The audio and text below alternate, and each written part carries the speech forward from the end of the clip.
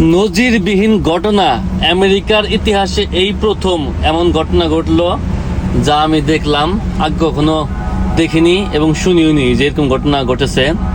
আমাদের new York সিটিতে এই প্রথম দেখলাম। এই পরিমাণ আইস পড়ছে যে আইসগুলো না গলার কারণে, যেহেতু মাইনাস তাপমাত্রা প্রতিদিন, তাই ট্রাক ভরে ভরে এই বরফগুলো এনে এক জায়গায় রেখে সেইগুলো এখন বেকু দিয়ে আবার স্ট্রিমিং মেশিনের ভিতরে ফেলে সেগুলো পানি করে ছেড়ে দেওয়া হচ্ছে। খুবই কার্যকর একটি পদ্ধতি, আমার খুব ভালো লেগেছে এই পদ্ধতি। আপনাদের কেমন লাগলো জানাবেন। আমি এই প্রথম দেখলাম, জানেন আপনারা কোথাও দেখেছেন কিনা এই কার্যকরী উদ্যোগটি। এই মহান উদ্যোগ নেওয়ার জন্য আমি অনেক আনন্দিত, খুশি। সিটি আসলে ভালো একটি কাজ করেছে। আশা করি তারা এই কাজগুলো আরো দ্রুত করবে এবং সব জায়গায় এই কাজগুলো অব্যাহত রাখবে এবং এই কাজগুলো আরো বেশি বেশি করবে সামনে।